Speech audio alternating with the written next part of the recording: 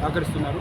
అందుకు ఈరోజు మా అభివృద్ధి కార్యక్రమంలో భాగంగా ఈరోజు అభివృద్ధి రోడ్డు ఓపెనింగ్ ఇచ్చేసిన అందరికీ ప్రజలకు ధన్యవాదాలు తెలియజేస్తున్నాను. తొలి అడుగు మీద మీరు మాకన్నా మీడియా వాళ్ళకి ఎక్కువ తెలిసి ఉంటుంది దీని విషయంలో.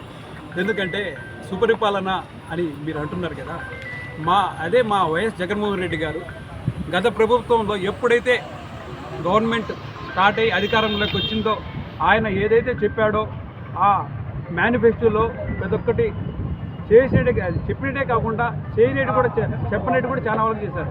అది మేము చెప్పేది కాదండి, ప్రతి ఒక్క ప్రజల నోట్లోంచి ఉన్నది.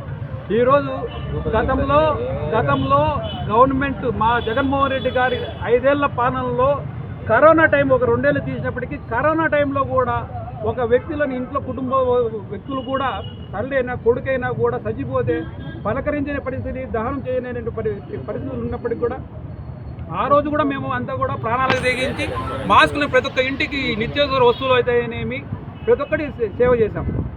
ఆ రోజు ఈ టీడీపీ వాళ్ళు ఎక్కడ కనపడలేదు. అదంతా మీరు బాగా గమనించండి. ఈరోజు ఒక ఏదైనా సమస్య వచ్చినా కూడా రెవెన్యూకు తిరగడం కానీ, రెవెన్యూ ఆఫీసులు, ఎంఆర్ఓ ఆఫీసులు కానీ, కలెక్టర్ ఆఫీసులు కానీ అన్నీ చూస్తున్నారు. కానీ ఏదైనా ఒక పనన్నా ప్రజలు సంతృప్తి పడుతున్నారా అంటే మీరు ప్రజల్లోనే తెలుస్తుంది ఆ సంతృప్తి. ఇంకోటి ముఖ్యంగా ఏదైతే మోసపూడితే ఆ సూపర్ 6 అని చెప్పి ఆయన ఇచ్చాడో ఫస్ట్ అవి కంప్లీట్ చేస్తే తొలి అడుగు వేసిన దానికి అందరూ కూడా సాటిస్ఫై అవుతారు. కానీ ఒకటి ఇచ్చేసి నేను అన్నీ చేసేసాను, మీరు మీతో మాట్లాడితే 4 మందం అంటే ఇంకా మనం ఏం చెప్పాలంటే ఏదైనా సరే ప్రజల వద్దకు వచ్చి వాళ్ళ దగ్గర మేము అందించే పథకాలకు వాళ్ళించే పథకాలకు తేడా చూడమని చెప్పండి. ప్రజలే వాళ్ళే జవాబు చెప్తారు, మేము కూడా చెప్పిన అవసరంలా.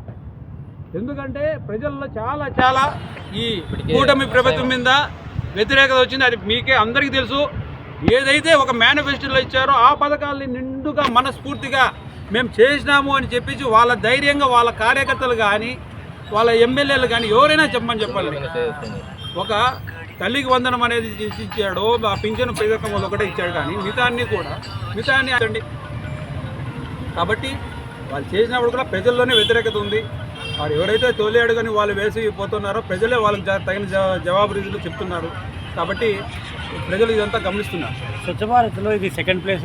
ఎప్పుడైతే ఈరోజు చూడండి ఒక వారం రోజుల నుంచి మన నగరంలో నీటి కొరత చాలా ఇబ్బందిగా ఉంది. ఒక కార్పొరేటర్గా ఉండే వాళ్ళకు కూడా ఏ అధికారి సచివాలయంలో పనిచేస్తున్నాడు అని తెలిసేదానికి లేకుండా వాళ్ళను ఒక్కొక్క రకాలుగా ట్రాన్స్ఫర్ చేశారు. కనీసం ఆ రెస్పాన్సిబిలిటీ అనేది ఒక కార్పొరేటర్